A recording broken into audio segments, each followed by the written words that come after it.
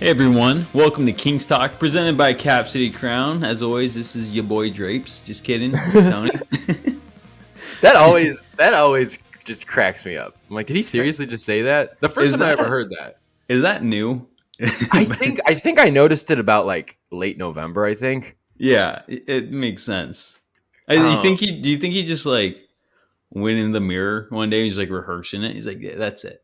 Like this is my new thing.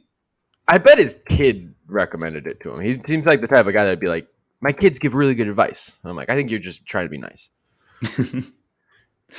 Yes. Anyways, it's not your boy Drape. Sorry to maybe disappoint anyone who actually thought it was. It's Tony with me as always. We have John. Well, Happy New Year, everyone. It's 2023. 22's in the past. And it was, it was a good 2022 for Kings fans. Maybe one of the better 2022s. One of the better calendar years the Kings have had in a long time. And I think that's where we want to start it off today, is just a year in review. 2022. John, you want to kick it off? January 1st, Oh, okay. Yeah, no, before we chronicle 2022, I did write in my notes, I did document the first time I remember him saying, it's your boy Drapes. It was on November. Yeah, it was on November 13th. I got it here in my notes, against the Golden State Warriors. November 13th against the Warriors? Yes. I believe that was the first day of the City Edition uniform. Oh. If there's any correlation there. But maybe he just was inspired. Yeah. Oh, I remember I did. I'm like, it's in here somewhere. And it's like on the left side. I just remember it. And I did it. If you had to rank, I'm going to go on a quick tangent. If you had to rank the Kings announcers, like first, second, and third with Mark, Kyle, and Katie, would you be able to rank them for me in your subjective opinion right now? Okay. I don't know. I know that there's a lot of mixed opinions, so I don't think there's any right or wrong answer. So I feel very comfortable getting my feet into this. I think that she says a lot of things that sometimes make me roll my eyes and just go like, what the hell are you even talking about? Because I think her job is PR for the team partially. But I do think Katie Christensen, she does provide very valuable analysis, which you can't really say that about the other two.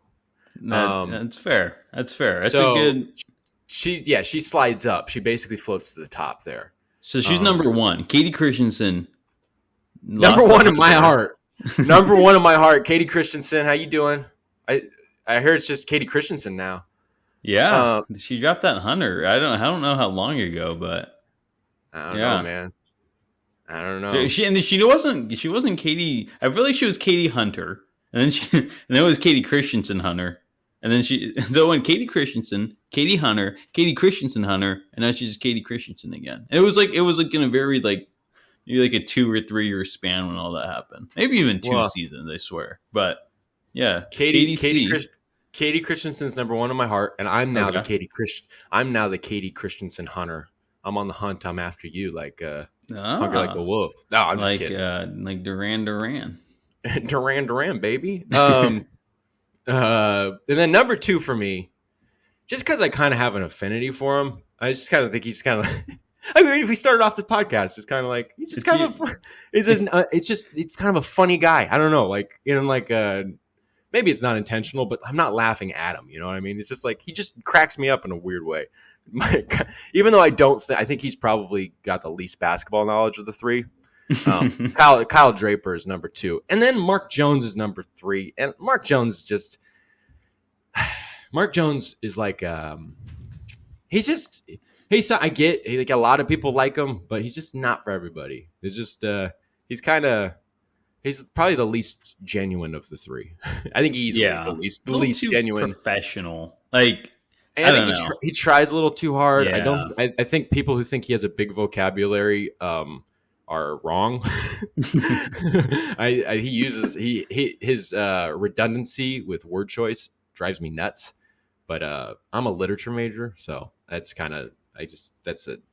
that's honestly obnoxious for me to even point out. But I think another thing too is he just seems the least invested and knowledgeable about the franchise. Like Christensen and Drapes, they seem so.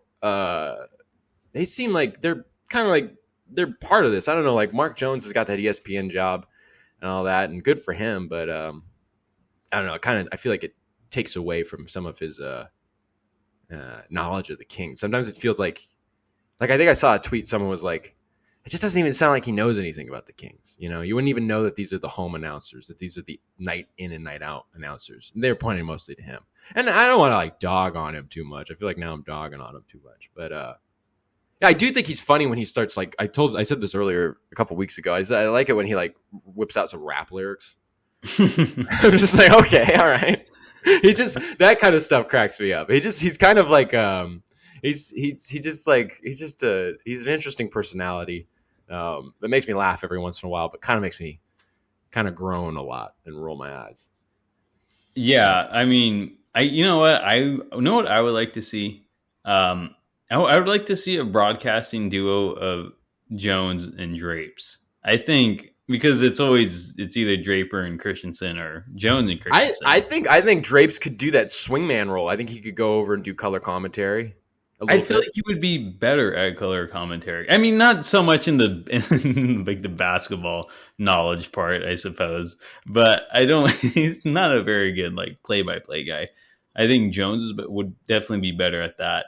But I feel like that combination would remind me of like Grant and Jerry a little, where Grant was like this super serious guy, like professional, like I'm a broadcaster, and Jerry's over there just making, just kind of like an oddball, just like saying these weird things. It's like, and then Grant's just over there like shaking his head. He's like, Jerry, like, shut the hell up, dude. Like, what are you talking about? Like this old fucking crazy man. Like, all right. Yeah, they don't really make broadcasting duos like that anymore. They're definitely not part of it doesn't help the brand, I don't think. Yeah, but because you could tell it's just with Christensen, it's just like that's one of the biggest negatives is when she says stuff that it's like, you're not being honest. This team's playing terribly. You know, It's usually things like that. It's like, that's when it drives me nuts. Cause it's just like, well, now you're a PR person. And it's funny cause like on away games, cause you know, it's expensive to travel. Journalists really, except for Jason Anderson, apparently.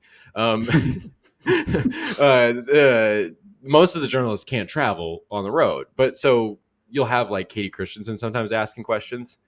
And it's just kind of like, it's just like, I get it's nice to have, you know, Brown respond to outside thoughts and whatnot. But it's just like, those questions are just not going to be tough at all. Cause it's like her job is not to critique Mike Brown. You know what I mean? Yeah. So I don't know. It's just, I guess it's funny because you brought up the old broadcasting crew. And I just feel like, you know, that was a little more, I guess the objective, the better, in my opinion. You know? Yeah, well, of course. I mean, that should be, and it's like journalism 101, right? And you have to be objective. And absolutely. And especially for a franchise that hasn't been to the playoffs in 16 years, it's like, don't bullshit these people. Come on. Nothing's worse than the Kings being down like 30. And Katie's like, I don't think the Kings' play tonight is reflective of the score. I'm like, what are you talking about? Like, she says that way too often in blowouts. I'm like, we're down by 30. They've looked like shit all night. Like, why are you like docking them up now? Like, it's like, yeah, this game's not out of hand yet. You know, like the 25-point deficit nowadays is like a 15-point deficit a couple of years ago. I'm like, there's 3 minutes left in this game. We're shooting 20% from three. Like, what do you think? Like, yeah. And I think also there's just also like another element to her that's just like, it brings out like the worst like side of a fan, where it's just like every foul call that doesn't go. Now, granted, I think this most recent game against the Grizzlies, that was one where I don't think I've seen like such a disparity in fouls being distributed since like the no call to Kevin Huerter's 3-point attempt against the Warriors earlier in the season. Like I haven't had a moment like that since, because that game, it's definitely freaking Ja Morant, which is just he gets me to clench my jaw. That's why they call him Ja Morant, because he just pisses me off. It's like, what the like, this guy is ridiculous. One of the 40 wins, baby, the summer league, our boy Nadeem the Dream. Nadeem and Sean. Yeah, well, it was Nadeem, Sean who said it. Oh, okay. Yeah, but Nadeem, I think he posted on Twitter Um, I'm not close friends with this fella at all, but he's, we had him on the podcast. Nice guy, and he's a Kings legend. But he posted that the Kings ought to start screaming every time that they approach the rim, because that seems to be the secret to Ja Morant's, ability to get fouls. And he does. He freaking is Tarzan, freaking swinging through the freaking jungle in there, going ah, followed by a whistle. And he's turning into the new Harden in that sense. It's just like, yes, I'm just going to run as hard as I can into the paint and just create as much contact as I can. And there's, I'll probably get a call to go my way. And it's how it seems to be when he plays the Kings. I don't watch the Grizzlies outside of the Kings games, but every time he plays the Kings, that's how it is. So I can't imagine it's much different. It's just the worst kind of basketball, just trying to draw fouls. And yeah, he's a good finisher, but just like, stop rewarding this guy for just, running straight into the paint, arms flailing, and expecting to get a call because contact is obviously going to get made. So let's not get started on Ja. Well, yeah, but my point about Katie Christensen was that in the 99% of games, it's just like every freaking call does not go the Kings' way. It's just like, oh, come on, he's pushing. Or it's just like when they were playing the Suns, it's like Devin Booker's pushing off. I'm like, dude, like, where have you been, man? Like, when it's hardly a push off, and it's like you go to the other side of the floor. You're seeing Monk do it in that game. I remember. I think I have it in my notes. I could pull it up. But it's just like those things balance out, right? Yeah. But I mean, that Grizzlies game was this most recent one was an exception. I do feel. Yeah, I feel it. Like that Lyles blocking foul. That was just, and then they challenged, and I thought, okay, they're going to overturn that, and it's just like no. and the other thing, because Ja Morant, they correctly called him for a block because his foot was in the restricted area. Yes. But the amount of bitching that guy does, I'm just like, dude. Like, I don't know. You never won a championship. Have you earned this? Like, yeah. Why the hell? Exactly. I feel like maybe this is just like, I admit that like my knowledge outside of the Kings when it comes to the NBA is it's super extensive. Like, but it does feel like that the NBA really pushed Ja Morant more than Morant pushed himself in terms of like becoming a preeminent star. Am I crazy about that? No, they were really pushing him. Like, I think at the end of his second season, and he's a fun player. I get it. He's like a highlight reel, right? That's why everyone loves him. Because he gets to the rim like that, and he has great finishes, and he can throw him down, and he tries to throw him down. He's fearless, going on the drive, but. Yeah, they pushed out a little too hard, and it's he knows it. He sees that, and the media at the end of the day is the one who decides who's a star and who's not, right? That's true. So, I mean, yeah, he's I don't like Morant. I really don't like the Grizzlies at all. Steven Adams, though, I like Steven Adams. I really do. That guy, he killed us. He's the real MVP of that team. Oh yeah, he's great. Steven Adams is hard to hate him, but everyone else, I don't like Dylan Brooks. I don't like Desmond Bane. It's just like all these guys. Like I just cannot stand them. I don't know. It's something about them. Something about the Grizzlies. I just don't like them. They seem like I think this a-holes. That Warriors series last year kind of like put them in a interesting light. I feel like a lot of people saw them differently during that, even though I'm like, it's a playoff series, but I don't know. The Grizzlies, interesting. Yeah. It's a shame yeah. they could not pull that one out. But we were, did you want to rank? Were you kind of saying earlier that Kyle Draper was your number one? I was going to say Draper is my number one. Yeah. He does seem like the guy I'd want to get a beer with. Yeah, I don't like. I feel like it's just like three not very good options personally. It's like, I gotta rank these guys. So it's like Draper. I don't know. He's just a goofball, I guess. that's number one for me. I don't know. It's your boy Drapes. Yeah, it's just like I hate it. I hate when he says that, but just like whatever. You're number one. I just like his phrases. He's heating up like a fine wine. I remember he said that. Like, what? Like, what? Okay. And it's not even funny. It's like pisses me off. Like, this is my broadcasting crew, but he's just like, He's just like there to have a good time, it seems like. And it's something I appreciate. Mark Jones comes off way too fake. I feel like, I don't know, just like if you want to be the Kings announcer, do it full time or don't do it at all. At least Draper would take the job full time. And I get Mark Jones has the ESPN job. It's like, I don't know. Either do it full time or don't do it at all. That's my opinion. You're not Mike Breen in the Knicks. Mike Breen in the Knicks. It's the only. It's a little different. And that's the freaking Knicks. It's the Knicks, yes. Exactly. It's just like Mark. Yeah, it's Mark. Like, anyone else, maybe not anyone else, but maybe it's other people I'd be okay with. Like Mark Jones, like, come on. I didn't know Mark Jones existed or was an ESPN broadcaster before he joined the Kings. Honestly. I'd probably like, oh yeah, that guy. But like, I didn't know Mark Jones and I didn't really care, It was, it's like Mike Breen, Kevin Harlan. His name isn't up there with those guys and those. Okay, I don't think Kevin Harlan's a good announcer at all. But I love Kevin Harlan. I think he's just he's kind of maybe it's late. Yeah, he's got the voice, sure, but maybe it's lately. He just seems like he's kind of losing it. I think, and I don't think he was ever like the most perceptive of them. Like Mike Breen is my favorite. There's a reason he does the finals. He's gonna go down in history. Yeah, so many really all the bang call. I mean, that's just like one of those things that doesn't get old, which is like rare. You have that just has to be organic, and it is. This is everything. He just came up through the soil organically. Felt like, I don't know, at least based on his work. What is Kevin Harlan's TNT? What is he? Yeah, TNT, and I think he also does football games and shit. He does do football games, yeah. I think on CBS. I think he's a CBS guy. Yeah, and I think that's what I'm thinking of mostly because I think he's probably I probably should give him more credit in terms of doing basketball, but football, it's just like I don't know. Yeah, it seems like he's meant to do basketball because it almost seems like he's trying to do football. I mean, basketball commentary when he's doing football. This has turned into a whole analysis of this isn't even Kings anymore. But, I hope you guys are enjoying it, nonetheless. But well, if you made it this far, here's a code for 100% off at this team shop.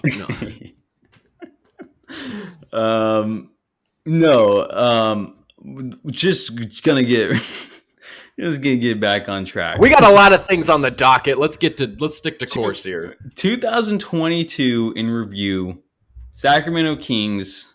It was a good year. We heard the first saying of it's your boy Drapes in 2022, the highlight of the year so far, or of the year. It's over, so not so far.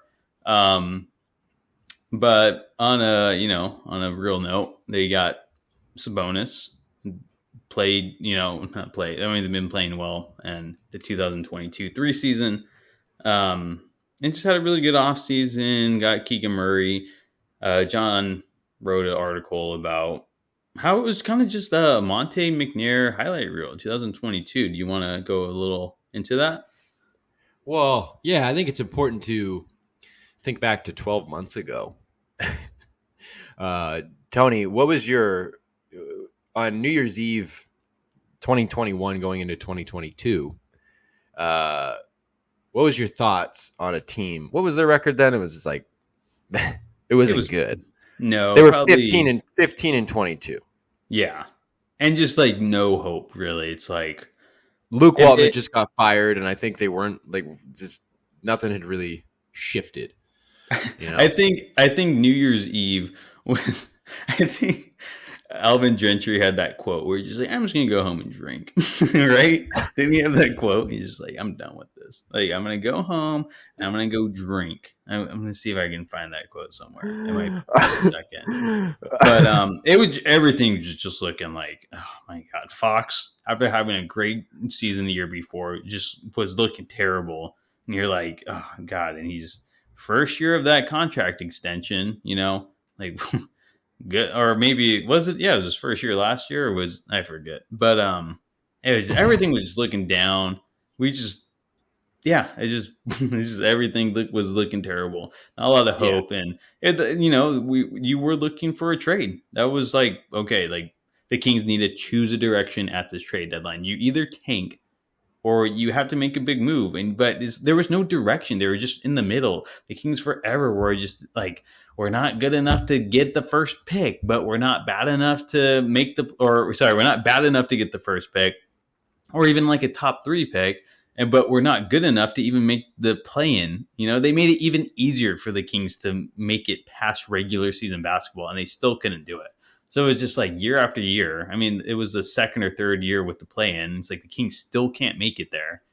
And so it's just like you just need to choose direction instead of like it was the worst kind of purgatory because it's like you weren't getting either of those things. So it was all the anticipation was at the trade deadline, and there's a lot of names being thrown around like Ben Simmons, Sabonis, even Jeremy Grant, Julius Randle. There's a bunch of names. So at the end of the day, obviously we all know we got Sabonis, and looking back at all those trades, it's like, man, that was probably the best one you could have. I mean, he was the best player out of those guys. None of those other guys I mentioned are even on par with what Sabonis is doing this year. But I don't want to jump ahead too far if you wanted to say more on where the Kings were. 2 things. I mean, the Alvin Gentry quote, if anybody needs me, I'll be home drinking, after they lost to the Mavericks. Was that New Year's Eve? That kind of sums up, that encapsulates that moment in time, the essence of it for Kings fans and the Kings organization in a nutshell. And I mean, it's amazing that anybody would want. There were people that wanted Miles Turner, and I'm glad they got a Sabonis, because like you said, he is the best player of those ones that seemed to be on that kind of revolving list of potential players that could be moved. Although, I mean, Siakam was also kind of involved. Siakam. But I don't know. I feel like Domas is he's a top center. It's like you got Jokic, you got Embiid. It's not crazy to put Sabonis third, is it? I think it is. I think it's just correct at this point. Yeah. I mean, there's Bam. There's I don't know. Like, who else is there really? Yeah, who's an all-star center in the league? Yes, it's got to be Sabonis. It is Sabonis, and that changed everything. And it was just like that was like that seismic shift, and it was the classic instance of a drastic change, and drastic change kind of makes a lot of people uncomfortable, especially when you're moving a guy like Tyrese Halliburton. But I mean, as this year came to a close, all you could do, as you're looking at the Kings, they were sitting like 5th or 6th place in the West when the ball dropped, I guess you could say. And it's just like you can't help but to think back to that February trade. That's when everything started ticking upwards. You could see it immediately. Because like we said, like around the new year, I think it was less than a month after Walton got fired. And it's just like, no change. This team is just seems like it's sinking. It's continuing its descent. And the Sabonis trade, I mean, like the first game that they played, which was that second of basically a doubleheader against whatever you want to call it, against Minnesota. Against Minnesota. And it's just like Fox had just come back, I think, the game beforehand, right? Yeah. Mm-hmm. And it's just like their ass kicked. Yeah, exactly. And then it's just like you bring Sabonis in, and it was a different style of basketball. They're playing it on the fly, first of all, which was amazing. Like he just gotten traded. He'd just gotten to town that day. And they come in, and it's just a completely different freaking team. I mean, quite literally, half the team was different, basically, by the end of the trade deadline. But, everything went uphill from there, at least to where we stand now. And, again, it's like, all right, Sabonis is the big reason for that. But it's like, oh, who got Sabonis? Monty McNair in the front office. It's like, ooh, and you go down the line, and it's like he's kind of behind everything, as we'll kind of lay out. But that Sabonis trade just changed everything. You could see it. Even the other trades he made. I mean, he got Trey Lyles, which is I definitely would not have imagined it when the trade happened, or even a week after the trade happened. Would not have imagined that Trey Lyles would be an important member of this team. And yet, once he got put in the starting lineup, and basically through most of this season, aside from his kind of like falling out of the rotation there for a second, he's been great. He's been just an absolute shot in the arm for this team. And then I don't even think you can discount the acquisition of Dante DiVincenzo, even though it was really just a rental, because they ended up going with Monk in the offseason. But I think DiVincenzo really kind of like instilled kind of some form of a defensive identity in this team. And he really, I think his influence on Davion Mitchell, which maybe we haven't seen the full effects of that yet, or like a full Davion Mitchell at his full potential yet. I would hope. I think DiVincenzo's effect on him and even the team's kind of competitive attitude on that end of the floor really kind of set the tone for what they were able to do. Obviously, Mike Brown comes in. He gets all the credit for any of the and him and Jordi Fernandez get all the credit for any defensive improvement this year. But I think that's still kind of underrated, that kind of acquisition. And, even if they didn't make the play-in, it didn't really ever seem like they were going to make the play-in. But the ultimate takeaway from the last, month or two of the season was this team is, as Dante DiVincenzo said, forming good habits. And that's all you could do. And they had a foundation that was clear, and they had a direction. And it only got better through the offseason. Mike Brown gets a lot of credit for what this team's done this season. McNair hired him. That was McNair's guy through the final process, I guess, more than anything. And, his offseason, he drafts Keegan Murray, who, it's really early, but, that guy is making valuable contributions and is a kind of a nice presence despite being a first-year player on a team that's winning, and he's making an impact. So, and I think his ceiling, what he'll be able to do in this league based on what we've seen, is incredible. And I think most people agree with that. And then obviously getting Monk and Herter and setting this team on a course where most of the guys are around a certain age group, like talking about picking that direction. He did it quite like, he really kind of narrowed it down into something very specific. And you can see what this team's doing. You can see what the goal is. You can see what they imagine is on the horizon in the next 3 or 4 years. And when have you ever had that kind of like hope and like immediate results too? Because they have a winning record now. They're playing pretty good basketball. They kind of got some issues, at this point in the season, but who doesn't? I don't know. Maybe I skipped through kind of the last part there, but it's McNair. And also, I can't forget that there was the report in April from Jason Anderson that McNair, according to an unnamed minority owner, is fully in charge. He's had the snake there. No meddling from Vivek Ranadive, which, as some people have pointed out, he deserves some credit too for staying out of the way. And I guess I'm not going to be a jackass and withhold that from him. So credit to Vivek for just staying out of the way. But, this team it's incredible, I guess. Just if calendar year, looking from January to now, the progression has been the best that this franchise has seen in a decade and a half. Yeah, and I think something that is so great about 2022 is that it's just really set everything up for an even better 2023. Because when 2024 hits, I can't predict the future, but I'm assuming we're going to be saying even better things than what we were saying for 2022. Hopefully it starts off with a McNair contract extension.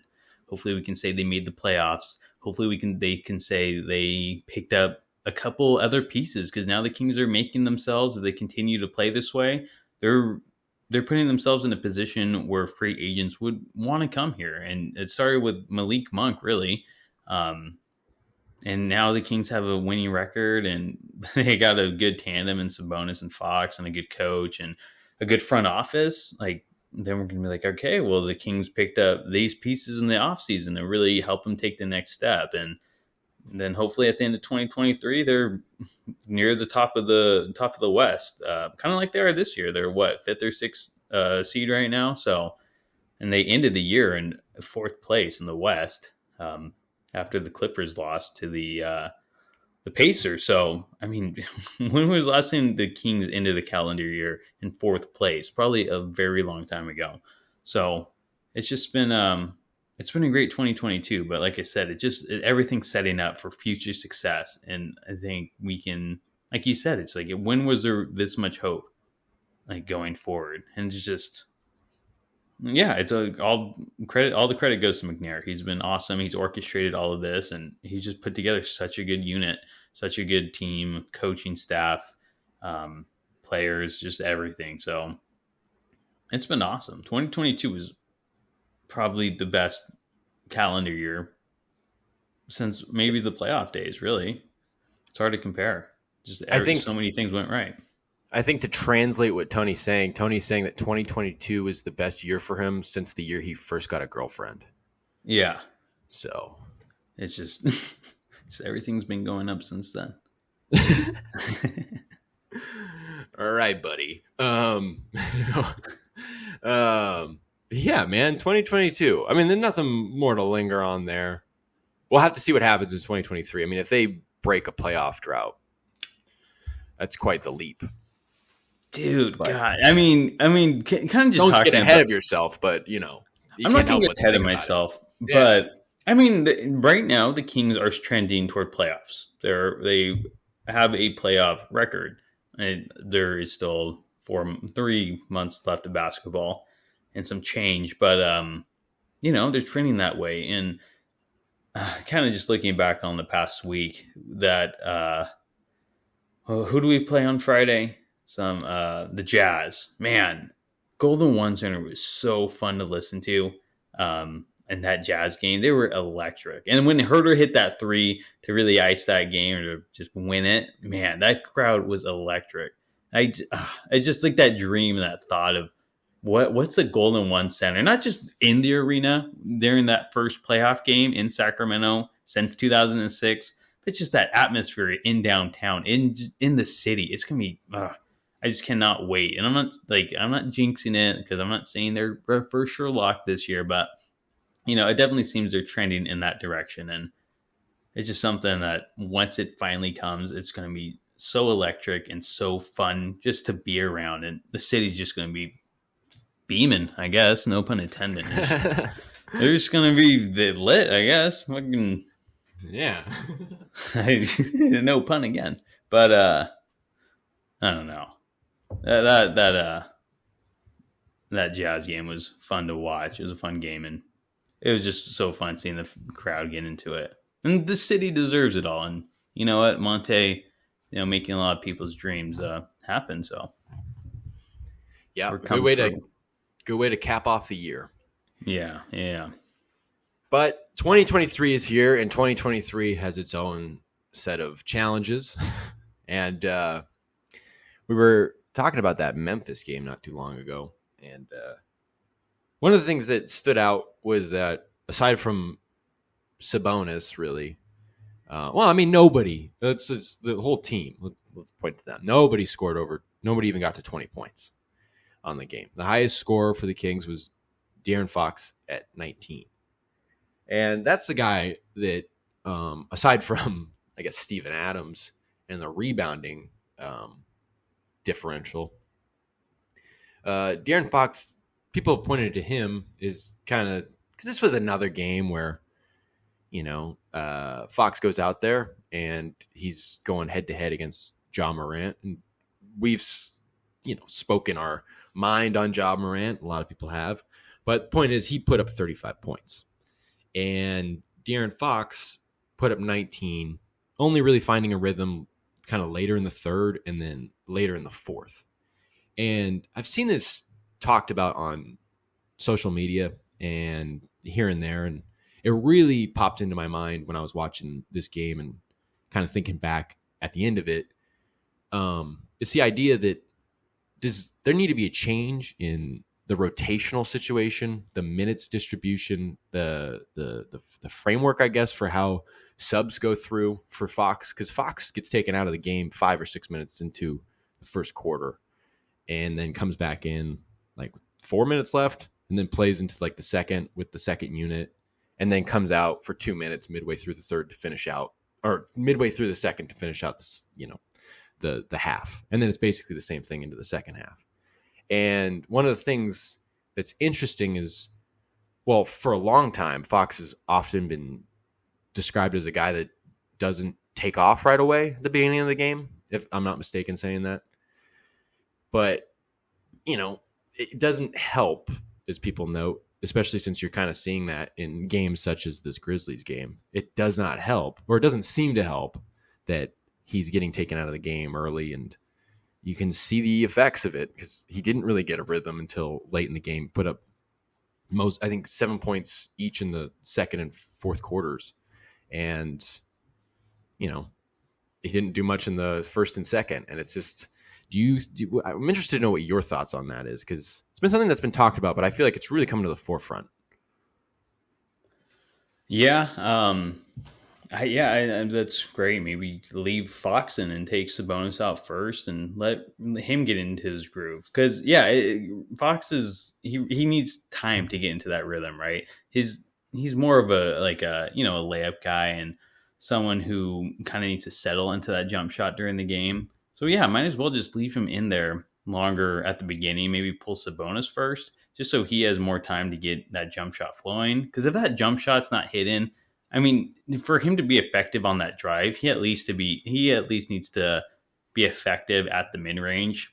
And if you take him out 5 minutes in, and he doesn't have that shot going. Well, now he's going to start looking for it in the second to get going. If it's still not going, then you're kind of messing with his minutes. Then sometimes it doesn't start hitting until the fourth. I mean, I think sometimes that's why he's such a good fourth quarter scorer and that clutch scorer, because that's when his jump shot's going. You kind of want that thing going all game. And that's something, it just kind of been happening it seems for a minute now. It's that he doesn't really get going until late in halves or late in the game when he's been in there shooting, I guess, that jumper. I think for Fox, a lot starts with that jumper. Because then you start seeing him settle and things like that. And I don't know. It's just, I don't know. You gotta let him get into his rhythm first before you just yank him out. What do you think? I think another interesting aspect of this, and I just thought about this, is it's like, so Sabonis he got 2 early fouls in the game, and then Holmes came in early, and Holmes, we'll talk about him in a second. I don't want to delve too much into his performance lately, but he held his own. I mean, he's not the greatest, I guess. As people point out, it's not like he's going to go in there and defend the paint like a stud, but it's like the point of this team is to defend on a string. And you could hear it in Mike Brown's post-game press conference after the Grizzlies loss that, guys have got to step up and rotate. It's not just, it's kind of reiterating the idea that you don't really need a shot blocker or rim protector. But my point is that Holmes came in, gave a pretty steady amount of minutes midway through for most of the first quarter there. And then Sabonis comes back. And as Sabonis always does, he doesn't miss a beat. And that almost kind of seemed like a glimpse into exactly what could happen. And if, we'll talk about this in a second, but if Holmes really does fill in as the backup 5, or if they get another backup 5 or whatever, if they have a steady option there, that definitely makes it easier to make that switch. And I wonder if lacking that has anything to do with not wanting to do this or sticking with a certain rotational kind of strategy or anything like that. Because it's interesting to see the dynamic there, because that definitely matters. Because you get the benefit of bringing in Davion Mitchell, and he has that ball pressure, and he's making a difference on the game without a doubt. He's going to give you a baseline, productivity, mostly on the defensive end. But what you're going to get, and it's going to be positive from Mitchell. Whereas with the backup center, it was kind of like a game of Russian roulette where 5 chambers had bullets in it. And it's just like, that's not great. That's not fun. So, I wonder how much that plays into it. And if the backup center thing kind of remains resolved, I guess would be the word, or continues to stay that way, if that makes it easier. Because it does seem like, if Fox could, get it going. I mean, he's so good. And it just seems like, I think a lot of it's on him, obviously. I mean, like we've pointed out before that he's had games, and the injury and stuff like that obviously played into it. But it's like he had that game against the Suns where Devin Booker went off, and it's just like, where are you, De'Aaron Fox? What's going on here? And that really, when you start talking about all-star chances, it's starting to feel, because of games like this, it's starting to feel less and less likely, you know? Yeah, 100%. He's definitely playing himself out of an all-star selection. Mm-hmm. He just can't. I don't know. The dude's just not scoring like he was, and he had that one streak I think in early November, um, where he was just incredible. Like he was hitting that mid range just every time, and it was it's something you can't rely on to happen all year round. But he's just too inconsistent with it nowadays, and he just seems like he's settling on. And he's still really good with his mid range, but he's just very inconsistent on driving. Seems like he's settling on 3-pointers far too much now. Um, and just sometimes like, dude, just like, why are you not getting into the lane? Just that's it's kind of what we need you to do. That's what you're best at. It just doesn't Mm-hmm. seem to be doing that as much. And I get it, it's a toll on the body and the season's going on, but um I mean, you see Ja doing it. You see all the other all stars putting their body on the line and getting there. So That's what he's being paid to do.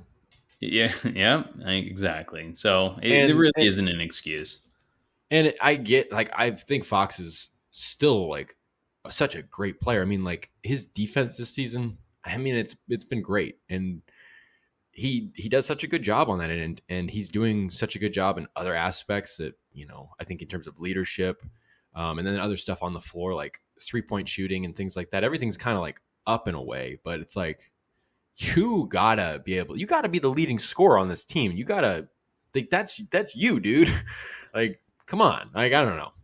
Yeah, But I really don't like seeing Fox score less than 20. I really don't like him seeing score less than 25 a game. I think, especially in the NBA now, when points are being inflated so much, like Fox, dude, like you scored 25 a game 2 seasons ago. Like, what happened to that guy? And it seems like you're a far better shooter now this year too. Like, why aren't you? Like, what changed? He just, I don't know. I thought we were going to be done with this. And at the beginning of the season, he started off so strong, which is something he usually doesn't do. But now it's like seemingly to catch up now. It's seeming to catch up now. He's just very inconsistent. He'll have like a good 3 or 4 game stretch. It's like, okay, then he'll like, okay, 19 points. While John Morant, you're like, if anyone's your arch nemesis in this league, it's that guy. You're gonna put up 19 points. Like, yeah. it's just frustrating. It's like, dude, yeah, you're our best scorer. You should at least be putting up 25 if John Morant's putting up 35.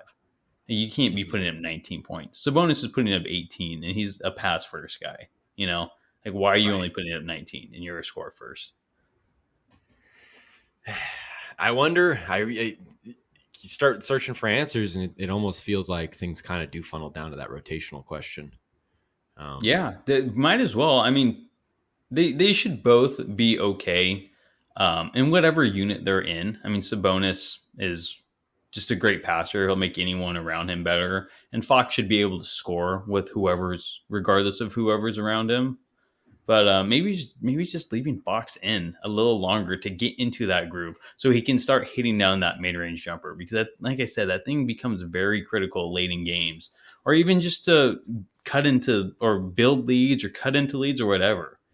Because if he's not getting it done to the fourth quarter, like, who knows what the gap is between, or how far we might be behind by that point, because he could never get that flow going. Mm-hmm. Yeah. Yeah, but we'll see. That's Mike Brown's problem, I guess. Yeah, but it does seem like something might need to change. I think that's a good point, Yeah. because we know what Fox can do, and he's not doing it. And so I'm not worried about Sabonis. Sabonis is going to do what Sabonis is going to do.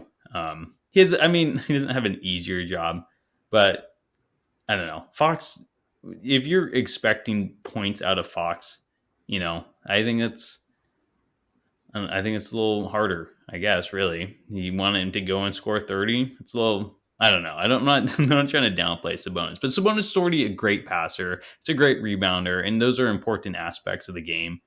But expecting Fox to go out there and get buckets when you need buckets to be gotten, it's a little bigger of an ask, Um, but that's our guy to do it. And recently, it doesn't like he does it in the fourth very well. But sometimes I'm like, dude, like we need a score right now when the team start going on runs or something or whatever. And it's like, all right, Fox, go drive into that paint and get that layup or get that midi going. But he just doesn't seem to be that bucket getter that we know he can be as of late.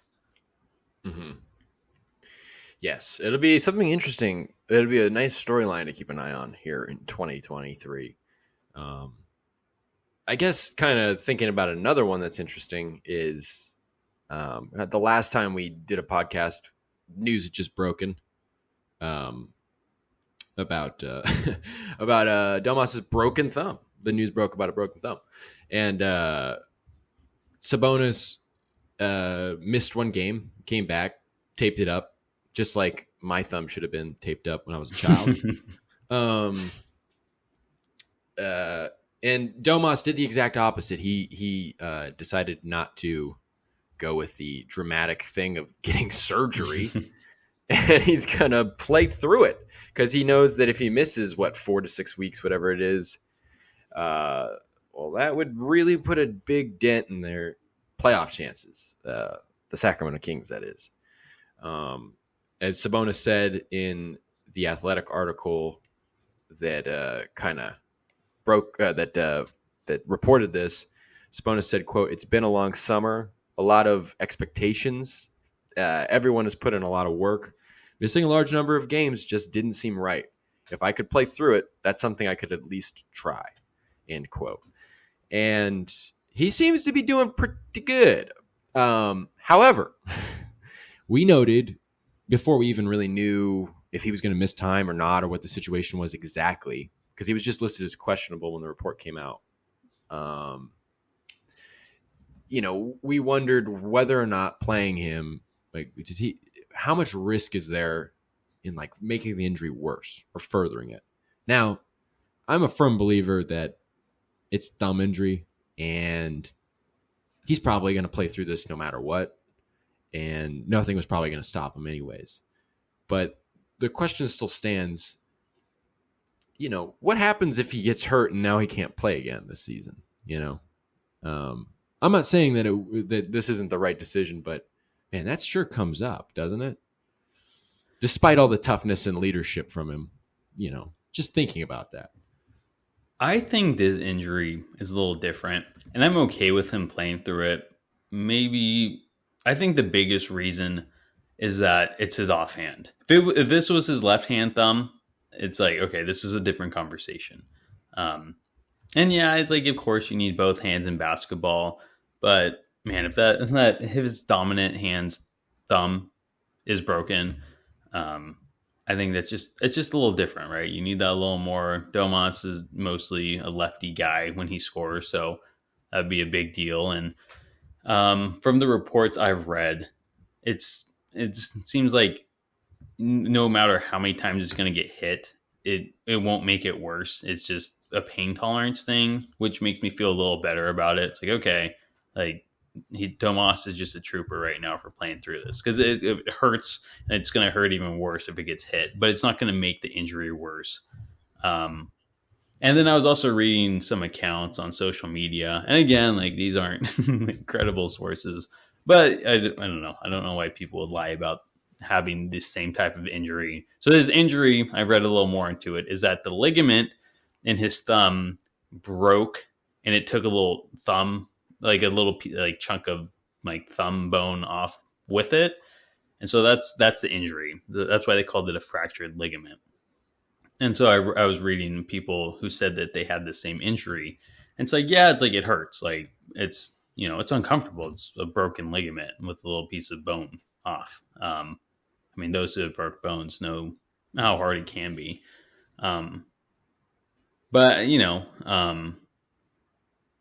sorry, I was trying to get my thoughts straight. But so what they were saying was that, yeah, it hurts. And it's it just, the long-term effects for these people, from what I read, was that yeah, it hurts when it gets cold out, a couple of years down the line.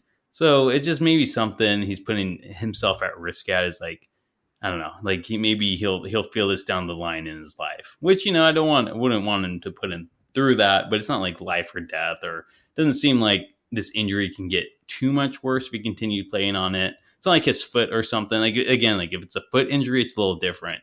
I just think like I get it's your thumb and it's an important finger on your hand, but I don't know. It just seems like it's his offhand. He can play through it. It's not going to get worse.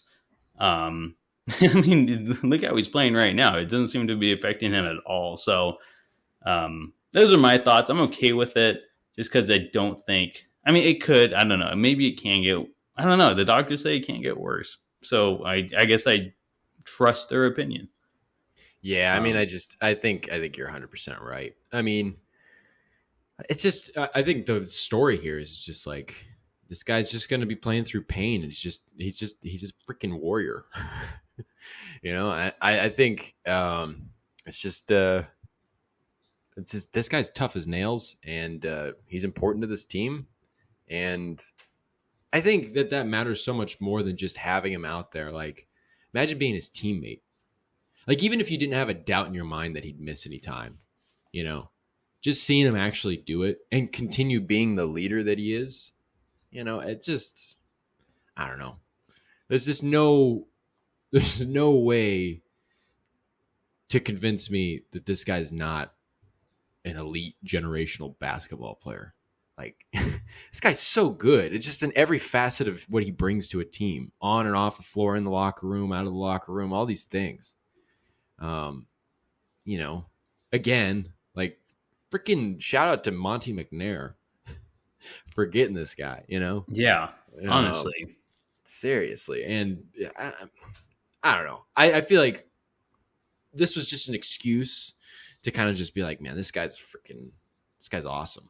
Like, regardless if you're a Kings fan or not, you don't even have to be a basketball fan necessarily. Like, this guy, what he does in his profession and in his, I wouldn't call it a craft, but you know what I mean. I wouldn't, but what he does in his sport, he's so good, and man, I hope that man, I don't want to say this. I don't hope that he has lingering pain from this, but don't you think that's the kind of lingering pain that if knock on wood for Kings fans, let's say he somehow gets this team, a memorable historic moment, like, I don't know, something in the rafters, we'll just say, like he could think about that with the lingering pain, Yeah, like it's like a reminder. I feel it's like, man, like 80 years old. It's like looking at his thumb. It's gonna be like 20 degrees outside, and thumb's probably just aching. It hurts him to bend it. It's like, yeah, this got me. This got us the 2022-2023 first place in the Pacific banner up in the Golden One Center.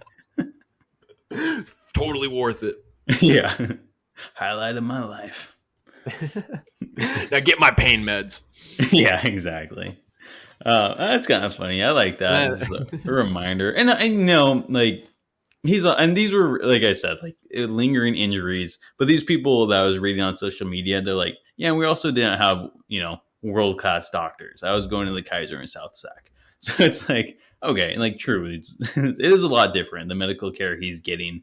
So hopefully he doesn't have to deal with that. I mean, does your thumb ever hurt, John? Come on.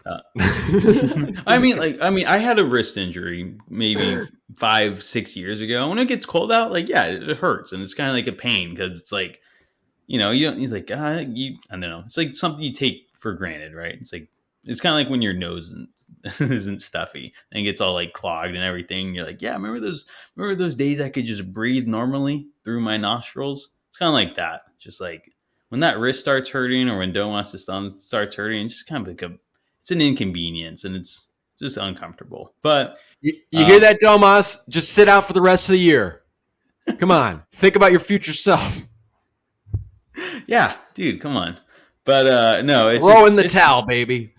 it's really just adding on just to everything he's doing. And it's not, again, it's not like the most severe injury or life threatening. It's like a thumb injury. And to a normal working man, it probably mean a lot more to have a broken thumb or fractured ligament, as they call it.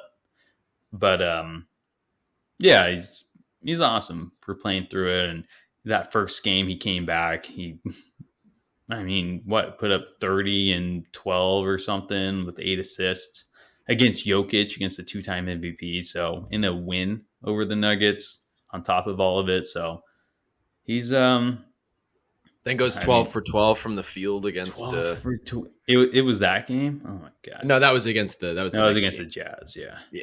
Exactly though. But just the next game, he's just been incredible. And obviously this thumb's not going to slow him down at all. So I'm okay with him playing, and it just kind of adds on to the legacy he's already building at Sac. I mean, really, and it's so hard to say because it's been so early on in his Sacramento career. He hasn't even played 82 games. I don't even know how many games he's played. Maybe 50 now.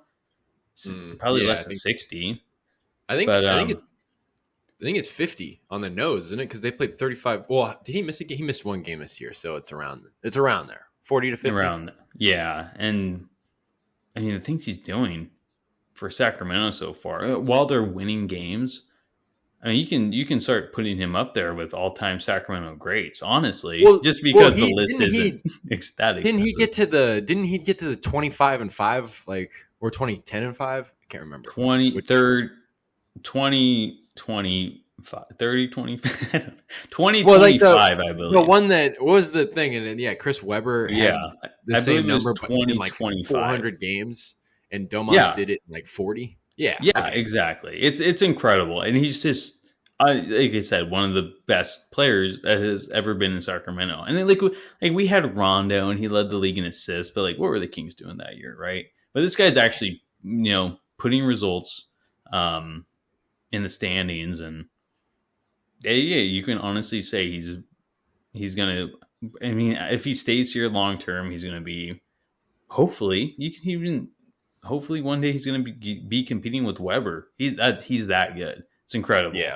So like you said, hats off to Monte. Like, is it Monte or Monty? I think it's Monty, but you always say Monte, and I'm just like, that's just his thing. That's his thing. Am I just saying it wrong? I like Monte. I like Monte Ellis. Monte McNeil. Imagine if Monte Ellis was just the Kings GM and he was pulling all these moves. You're just like, man. He's just incredible. This guy. What's up, Monte? He's jealous. like, I tell you what, when the Warriors traded me, it was a big wake-up call for me. I'm like, I could do that. I could trade people like that. So I just wanted to trade Tyrese Halliburton. Piss off a bunch of fans, but then they'll act like they never got pissed off. Yeah, exactly. Although I still see comments on social media and just like, yeah, you wish we should have traded. You wish we traded Fox instead, huh? Like, guys, come on. Like it wasn't an option. Like, of course, we'd rather have Halliburton. No offense, Fox. If you're listening to this, I know it's your weekly routine to listen to this podcast, but. Yeah, I think that you could, Fox, it's because you make more money. Halliburton was on his rookie deal, or he is.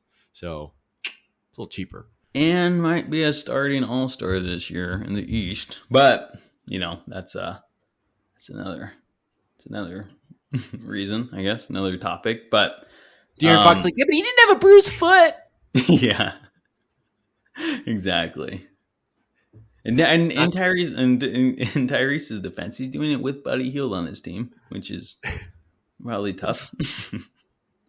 But yeah. But yeah, Domas he's good. He's a beast. Good player. No, he's adequate. He's all right. He's no Cousins. I know there's Kings fans out there probably say that. DeMarcus Cousins should be the new NBA logo. Oh my God. It was him just probably chewing out a ref. Or him throwing the ball at Chris Paul. You ever seen that video? Just like him winding up. It's the new NBA logo. That'd be so funny.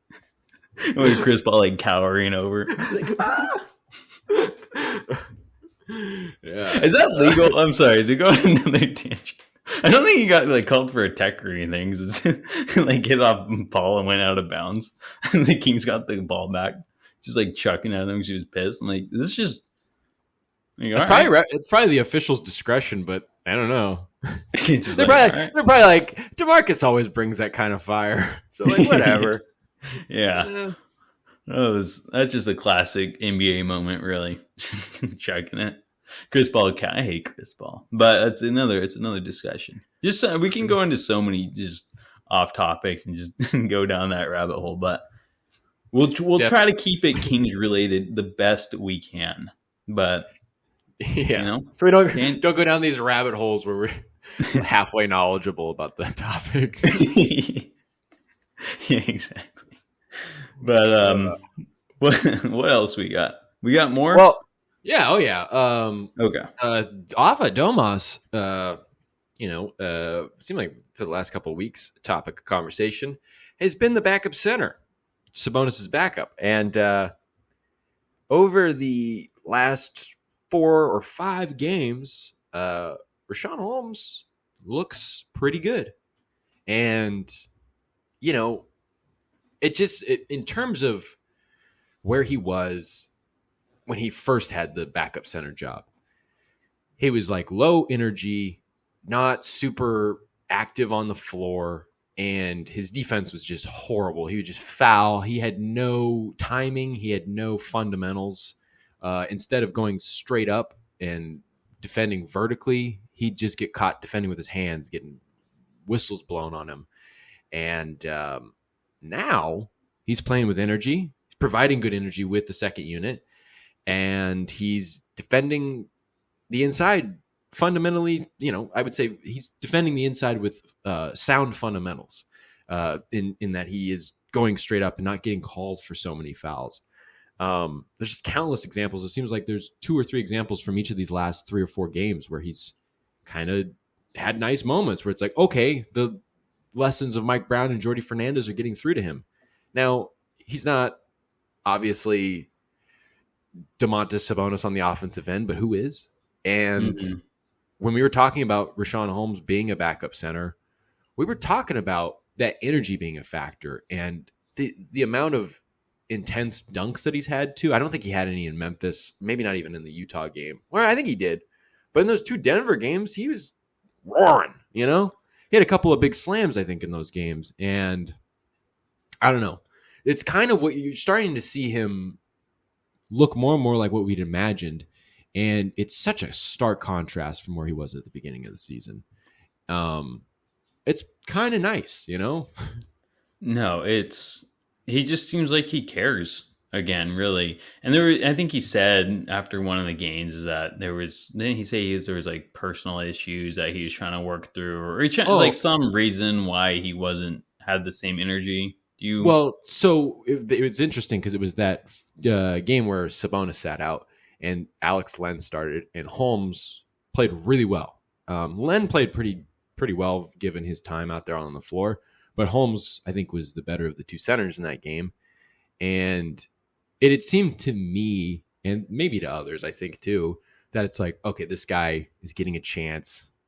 He's probably auditioning for other teams for a chance to be a starter somewhere more than anything else. But then the quote that you're talking about, he came in the post-game press conference, and this really changed my opinion, made me kind of unsure of what the situation is, almost thinking that he is adamant about, carving out an impactful role on this team. He said that when he was going into the game earlier in the season, he was overthinking things and not playing and doing the things that he usually does. And now he's just going out there and just trying to be the old Richaun Holmes. And you're seeing it. You're seeing him run the floor. You're seeing him get the emphatic jams. You're seeing him be that high energy presence. And you're seeing him learn some defensive fundamentals. And I don't know. I mean, like, it just seems like I don't even think about it so much as a topic anymore. It seemed like for 3 weeks there, it's like that backup center role is the lack of it. It just seems like it's rearing its ugly head in every game. And now it doesn't seem like that so much. So that's kind of amazing. honestly. Yeah, it's a big I would not relief. have I would not have imagined that like a week or two ago. Like I kind of thought I was of the belief that like Holmes kind of like if anything you play Holmes to try to trade him, And now Mhm. it seems like he's pretty adequate as a backup center. I mean, I think these last stretch of games, he's provided the best stretch of a backup five. Now, granted, it's 5 games, but it's the best stretch of any backup five this season. When originally it was probably Chimezie Metu in like early November. Mhm. And that's what you're hoping for all along was for Holmes to play like starting Richaun Holmes off the bench, and we're finally kind of getting a glimpse of that. And you said it earlier when we started this topic, and he had a couple emphatic slams against Denver, and he had this one dunk, and he just slammed it down, gave it a little roar, right? It's like okay, like Holmes is back, like that's the Richaun Holmes that I've been used to in Sacramento. And he just, like I said, he just seems to care again. He was out there earlier this season, just like, he just seemed like he didn't want to be out there. And now he's out there just putting in the effort, and it shows. He has that energy. And he has that passion again, really. So it's just been awesome to see because it's going into the season. It's like, man, that center position's locked up, and then it was just so many question marks so far this season for that backup because Sabonis has been great, but everyone else has not. And Holmes had it in him too, just based off what we've seen in Sacramento the last 3 years. But I'm just really glad that he's really starting to embrace that backup role and showing that he can do it well. And that's only gonna be that's only gonna be good for the Kings down the road if he can keep this up. And I think he can. I know Holmes has it in him. He's a starting center big in this league, and if you can do it starting, you should be able to do it off the bench. Mm-hmm. Yeah. And again, it's just like that overthinking thing. It's like, that's a plausible explanation. And given kind of the weird nature of his season last year, especially the way things kind of came to a close with the off the court issues, it makes perfect sense that given the new situation, given trying to regain a rhythm after something like that, I could kind of get why he would have a, a poor spell, I guess, where he 10, 15 games in the season, he loses his job, falls out of the rotation, sits out for about a month, and then gets another chance and works his way into it, which he kind of did. I mean, he got some time in Toronto 2 weeks ago, and then I think he got some time in that following Detroit game. And then I think he came in the Washington game, which was like 4 games ago. So Maybe that was, or yeah. 5 games ago. That was kind of that was the first one where it seemed like, okay. And from there, it just has kind of gone uphill. He kind of peaked nicely with some of those Denver games. But I mean, he's just, each game, it's net positive for him. Yeah. Great to see at that backup center role, and even better to see that Holmes is doing it. So I love Holmes off the bench. I think he's that spark. The Kings always have that guy off the bench who provides that spark of energy. And yeah, you have Monk, but Holmes is that fan favorite, and he's gonna throw down that oop that gets everyone into it. And it's usually a big man for the Kings too, like that Quincy AC kind of guy. Just that the guy's gonna throw down a hard dunk and get everyone into it. Maybe get a little chippy with other players. I don't know. Holmes has it in him to be that guy, and he's a good center too. So glad that it's starting to come together for him. Yeah, it'd be interesting to see if any insight comes out as to if anything changed with him, or if it's just a matter of time. See what specifically is behind this recent boost in play. But he's doing most of what Mike Brown wants out of that backup center role. I mean, you're not playing that much. You got to bring that energy, and you got to just not come in and freaking foul. Yeah. But, I mean, but it seems like even in spite of these last 5 games for Holmes, it seems like people still keep talking about Mo Bamba or Nerlens Noel. I don't know. I mean, do you think, like, assuming that Holmes, let's say Holmes just kind of like plateaus and plays this level of, for the rest of the season. Do you see any need to upgrade? Do you think that there's any? I mean, do you find that any of those would be upgrades? Do you see any need to make a move? I mean, he's only making about $2 million, maybe a little less than $2 million more than Nerlens Noel. So, But I don't know. what's Noel's contract? Isn't he a free He's agent got after this year? he's got a team option that nobody would pick up. Yeah, and so that's where trading Holmes might be. Holmes has one more year or 2 more years on his contract after this year? The one I or think 2? it's 2. Let me double check. Okay. Yeah, no, I can't. I don't remember exactly either. But again, Holmes is making, what did you say, 11 mil a year as a backup center with a year or 2 left on his contract. Yeah, he's got another year and then a player option. Oh, okay. Okay, that's interesting, that player option. But I don't know. Maybe you can get a cheaper backup center. Maybe Kate is ready next year. True. Because I don't know, 11 million for a backup center might be a little much. And to help the cause too, it looks like it goes up to 12 million next year. Yeah. Okay. There you go. So that's a reason for trading Holmes, maybe for a half year rental and a guy like Nerlens, just so he's off the books next year, and maybe you can sign a center for cheaper, a backup center for cheaper, or maybe Kate is ready or something like that. Mm-hmm. Yeah, I think that's a great point. So I'm okay with Holmes, but at the same time, I don't know. Maybe he wants to be starting, and you have to think of that too. It's not all about him, but that contract, it's a starting center worthy contract on a decent team, I guess. So I'm okay trading him, but if he's playing well, then sure, I'm happy to have him here too. I'm kind of open both ways. Like, I don't know. Is he really gonna? I mean, we have Sabonis. That backup center role is very important. But it's like, all right, if Nerlens Noel can do it for half a season, then, I mean, so be it. Holmes is expendable at that point. We might as well get rid of his contract. Yeah. And, well, you bringing up the contract reality and whatnot and thinking ahead, which is always in play, that really lends credence to the idea that maybe there was some conversation in the background. It's like, hey, Rich, Rich?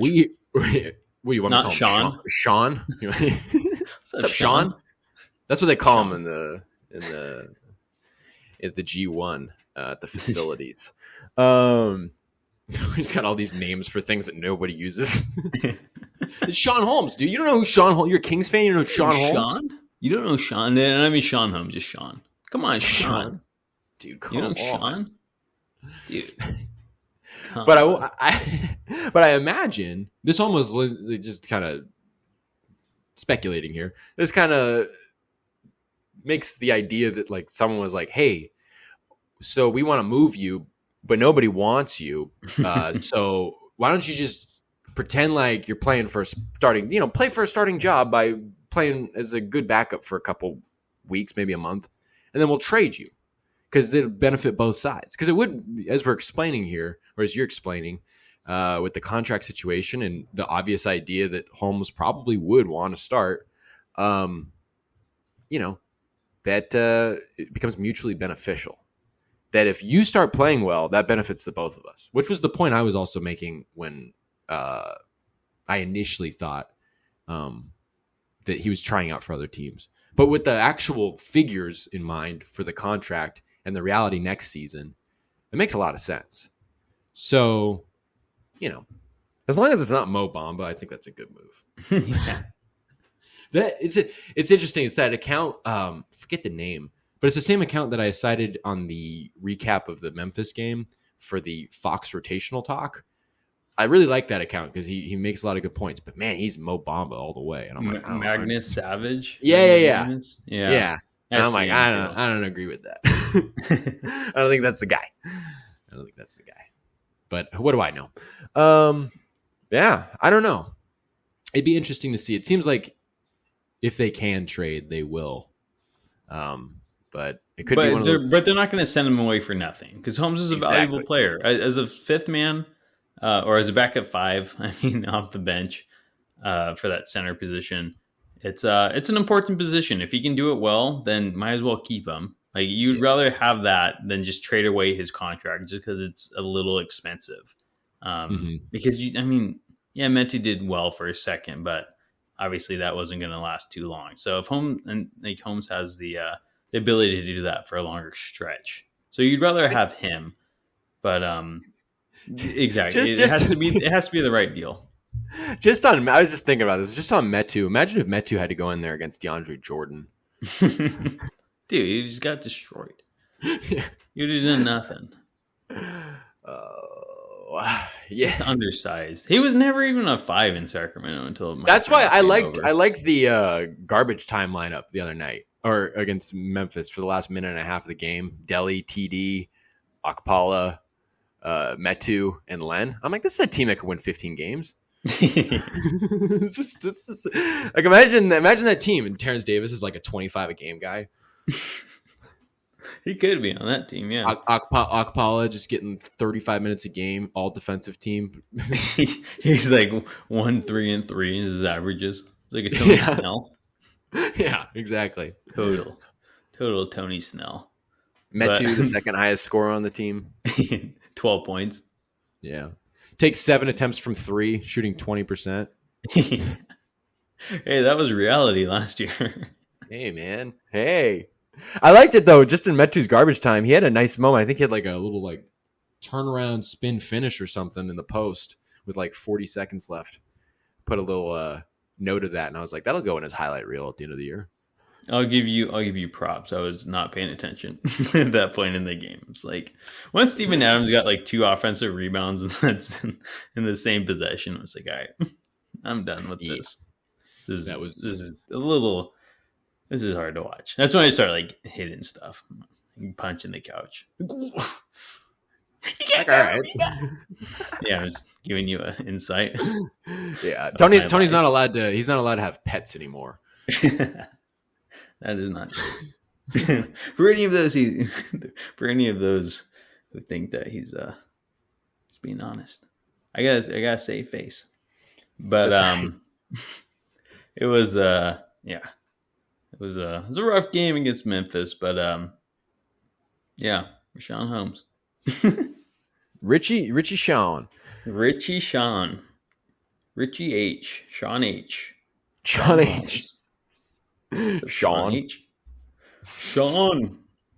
It's a Rishaunathon, as I like to call when he's doing well or he's in the game. Dude, it's a Rishaunathon.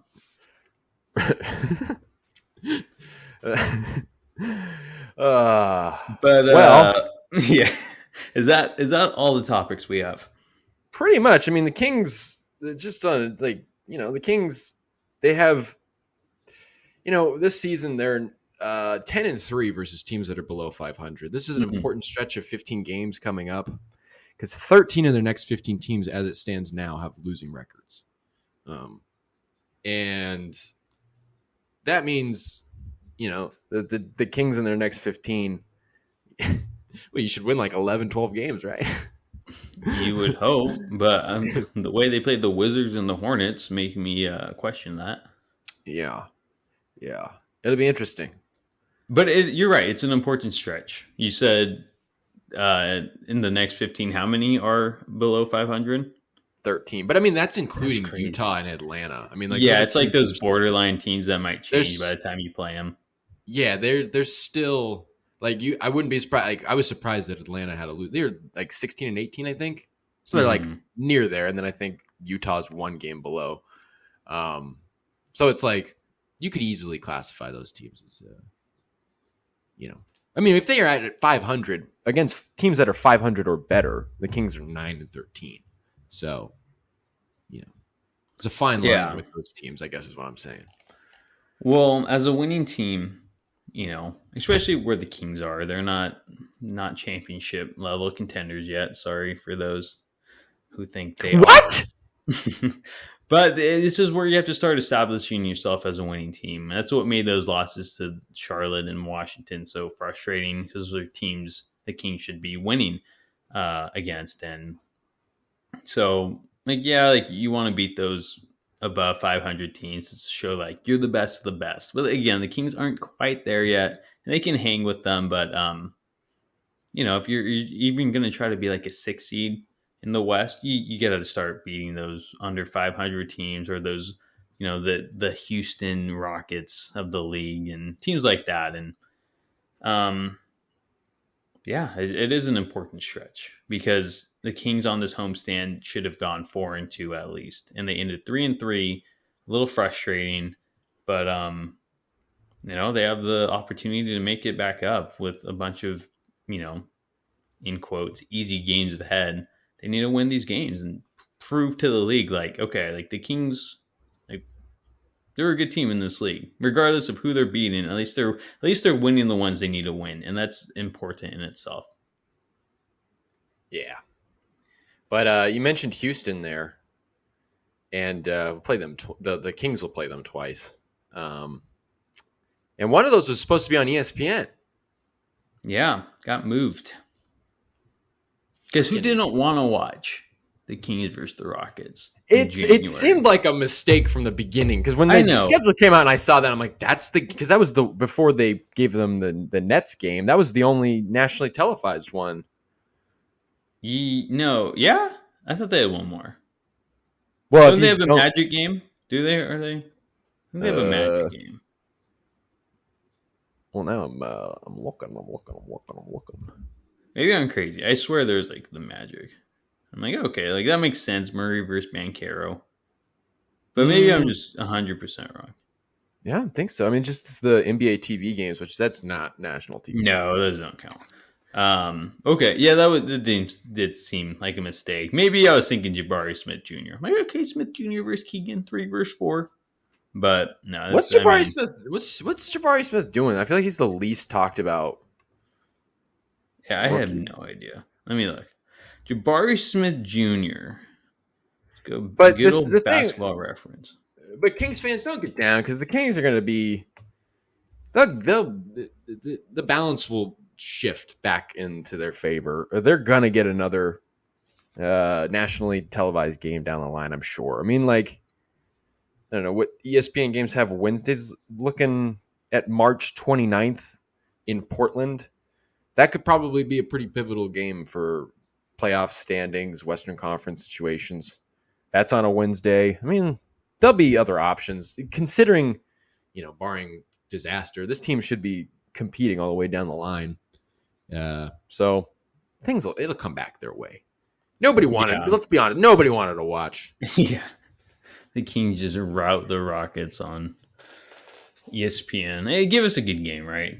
Yeah, I would much prefer that. I'd much rather trade in that game for an actual good game. It's like, yeah, whatever. I could watch the Kings on the Rockets, like, with 50% of my attention, really. But and still barely care. Yeah, the Kings won by 10. Hopefully, right? I'm just gonna jinx it. Rockets win by 35, which would have been terrible too, right? If it's on national television. There's not much of a win-win there. But yeah, I agree. I think the Kings they'll get that opportunity later because the Kings are again proving that they are a playoff team in this league. So yeah, they might change one of those games again. That Portland game in February or March, you said it could be an important one where ESPN's like, oh, okay, well, let's probably move the Magic Charlotte game, and then they're going to be like, oh, okay, so one national television at a year. Would Mark Jones do the ESPN game? I hope not. I think he would. Something tells me that they would. I feel like that's I don't know if it's a complaint. Maybe I'm willing to admit I'm wrong on this or reading too much into it. But it's like there's an element to Mark Jones that I feel like he takes a lot of credit for the perception change of the Kings. Yeah, I've been talking to people on the national TV. I've been telling them about the Sacramento Kings. Like, all right, man, take it easy. Like, walking with a strut there, pal. Like, how long have you been doing this job? Like, yeah, exactly. But yeah, it'd be a big stretch coming up though. They gotta win regardless if they're on national TV or not. Yeah, they do. Big stretch, important stretch, just to show everyone that, and not everyone, but more importantly themselves, like, and the fans. I guess just everyone. I'm just gonna backtrack to everyone. They can beat those easy or win those easy games, right?